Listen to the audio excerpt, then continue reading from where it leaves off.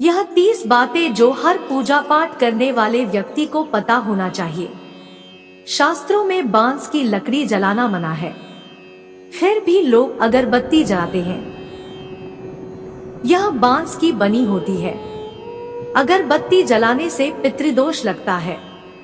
शास्त्रों में पूजन विधान में कहीं भी अगरबत्ती का उल्लेख नहीं मिलता है। सब जगह धूप ही लिखा हुआ मिलता है। अगरबत्ती केमिकल से बनाई जाती है। भला केमिकल या बांस जलने से भगवान खुश कैसे होंगे? पूजा साधना करते समय बहुत सी ऐसी बातें हैं जिन पर सामान्यतः हमारा ध्यान नहीं जाता है, लेकिन पूजा साधना की दृष्टि से यह बातें अति महत्वपूर्ण हैं। आइए जानते हैं कि वो कौन सी खास बातें हैं। एक, गणेश जी को तुलसी का पत्र छोड़कर सब पत्र प्रिय है। भैरव की पूजा में तुलसी स्वीकार्य नहीं है। 2, कुंद का पुष्प शिव को माघ महीने को छोड़कर निषेध है। 3, बिना स्नान किए जो तुलसी पत्र जो तोड़ता है उसे देवता स्वीकार नहीं करते। 4, रविवार को तुलसी नहीं तोड़नी चाहिए। 5, केतकी पुष्प शिव को नहीं चढ़ाना चाहिए। 6, केतकी पुष्प से कार्तिक माह में विष्णु की पूजा अवश्य करें। 7, देवताओं के सामने प्रज्वलित दीप को बुझाना नहीं चाहिए। 8, शालिग्राम का आह्वान तथा विसर्जन नहीं होता। 9, जो मूर्ति स्थापित हो उसमें आवाहन और विसर्जन नहीं होता। 10, तुलसी पत्र को मध्याह्न के बाद ग्रहण न करें।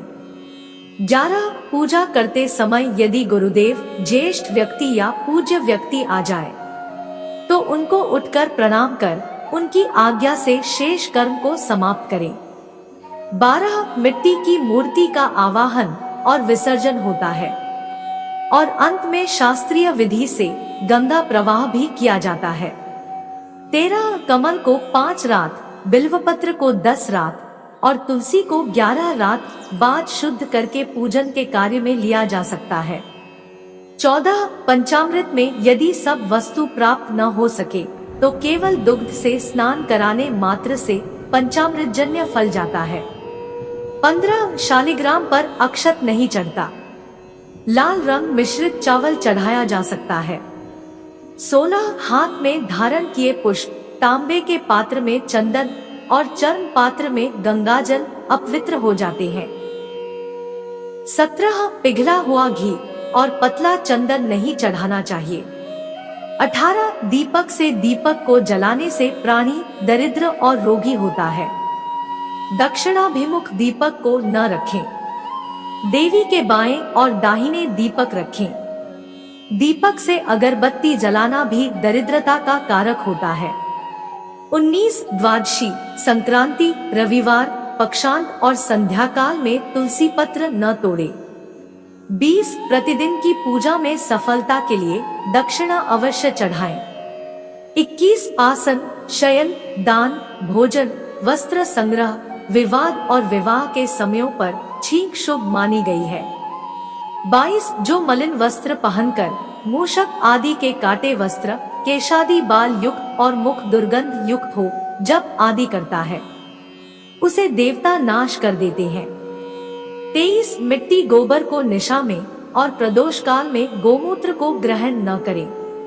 24, मूर्ति स्नान में मूर्ति को अंगूठे से न रगड़े।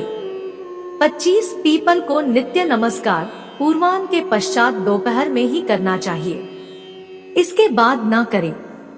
26, जहां अपूजों की पूजा होती है और विद्वानों का अनादर होता है उस स्थान पर दुर्भिक्ष, मरण और भय उत्पन्न होता है। 27, पौष मास की शुक्ल दशमी तिथि, चैत्र की शुक्ल पंचमी और श्रावण की पूर्णिमा तिथि को लक्ष्मी प्राप्ति के लिए लक्ष्मी का पूजन करें। 28, कृष्ण पक्ष में ऋक्तिका तिथि में श्रवणादि नक्षत्र में लक्ष्मी की पूजा न करें।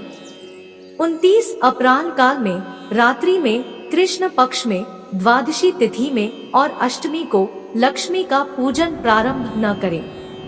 30, मंडप के 9 भाग होते हैं, वे सब बराबर के होते हैं, अर्थात मंडप सब तरफ से चतुरासन होता है अर्थात टेढ़ा नहीं होता। जिस कुंड की श्रृंगार द्वारा रचना नहीं होती, वह यजमान का नाश करता है।